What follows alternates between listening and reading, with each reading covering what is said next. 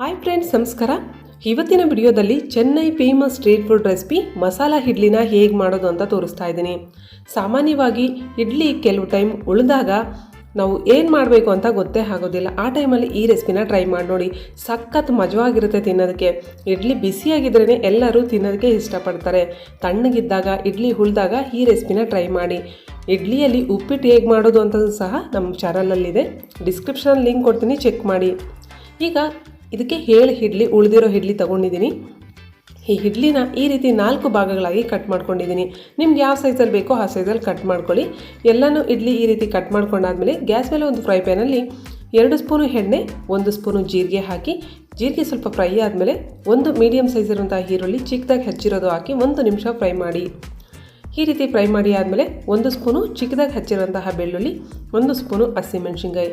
ನೀವು ಖಾರ ಎಷ್ಟು ಮಾತ್ರ ತಿಂತೀರಾ ನೋಡ್ಕೊಂಡು ಅಷ್ಟು ಪ್ರಕಾರ ಹಾಕ್ಕೊಳ್ಳಿ ಹಸಿಮೆಣಸಿನ್ಕಾಯಿ. ಇದನ್ನು ಸ್ವಲ್ಪ ಫ್ರೈ ಮಾಡಿ ಆದಮೇಲೆ ಒಂದು ಮೀಡಿಯಮ್ ಸೈಜ್ ಇರುವಂತಹ ಟೊಮೆಟೊ ಮಿಕ್ಸಿಯಲ್ಲಿ ಗ್ರೈಂಡ್ ಮಾಡುವಂಥ ಪ್ಯೂರಿ ಹಾಕಿ ಟೊಮೆಟೊಲ್ಲಿರುವಂಥ ಹಸಿ ವಾಸನೆ ಹೋಗೋವರೆಗೂ ಫ್ರೈ ಮಾಡಿ.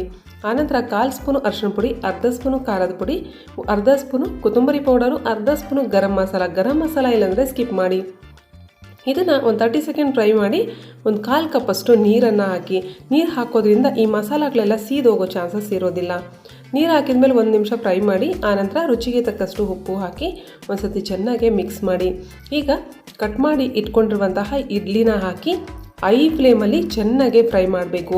ಈ ಮಸಾಲದಲ್ಲಿ ಇಡ್ಲಿ ಚೆನ್ನಾಗಿ ಕೋಟ್ ಆಗಬೇಕು, ಹಾಗೆ ಇಡ್ಲಿನೂ ಸಹ ಬಿಸಿ ಆಗಬೇಕಾದ್ರಿಂದ ಐ ಫ್ಲೇಮಲ್ಲಿ 1-2 ನಿಮಿಷ ಫ್ರೈ ಮಾಡಿ ಆದಮೇಲೆ ಚಿಕ್ಕದಾಗಿ ಹೆಚ್ಚಿರುವಂತಹ ಕೊತ್ತಂಬರಿ ಸೊಪ್ಪು ಸ್ವಲ್ಪ ಹಾಕಿ ಚೆನ್ನಾಗಿ ಮಿಕ್ಸ್ ಮಾಡಿ.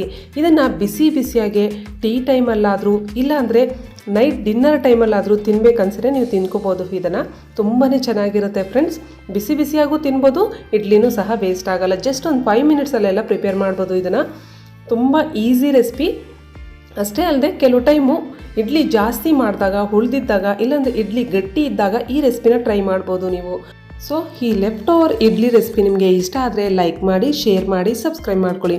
ನಿಮ್ಮ ಅನಿಸಿಕೆ ಅಭಿಪ್ರಾಯಗಳನ್ನು ಕಮೆಂಟ್ ಮೂಲಕ ತಿಳಿಸಿ. Thank you for watching.